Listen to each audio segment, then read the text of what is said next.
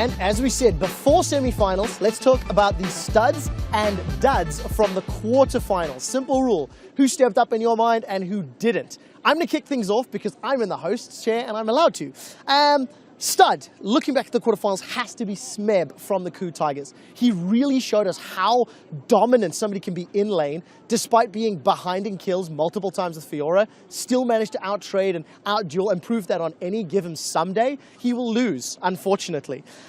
Looking at the Duds side, I was so bummed by Deft. There was so much hype coming in. We had that fantastic feature of Deft versus Reckless, one of the world's best team fighting AD carries in a meta where extended team fights is a thing. And then he played Jace, and that did nothing. And then he just teleports, didn't do anything, and I was just really disappointed.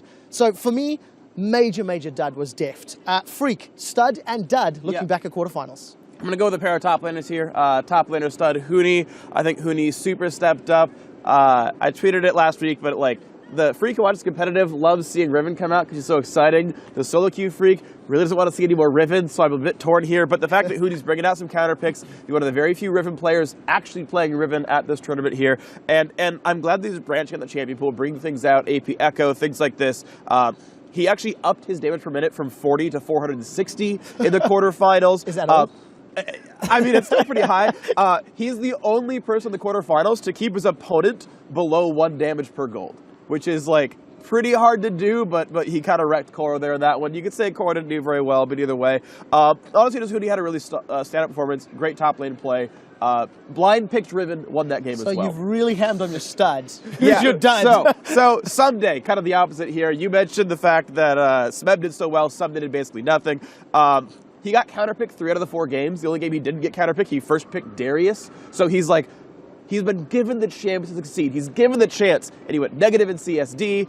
He gave Smeb 580 damage per minute. Like, hey, he didn't give Smeb. I mean, Smeb gave Smeb some solo kills when Riven had 2 deaths. Like the guy, or when Fiora had 2 deaths. Like, well, I agree with something you. got walked over. A dud of note. Now, PastryTime, studs and duds from quarterfinal. My stud's actually Gorilla from Coup Tigers. Not only did he bring Tahm Kench into the world's meta and create chaos now in the picks and ban phase, he's just been super solid. He's pretty much took it to Peekaboo their entire quarterfinal. Support chain was going off. Gorilla's always been a great player. He did it with Janna in 2014. He's done it again with Tahm Kench in 2015.